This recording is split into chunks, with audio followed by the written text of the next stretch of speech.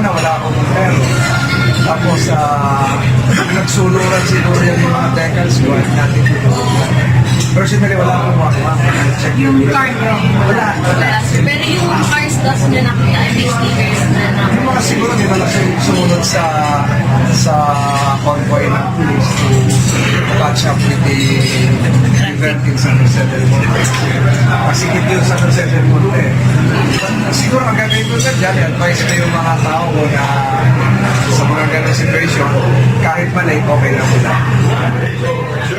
What happened to your hand?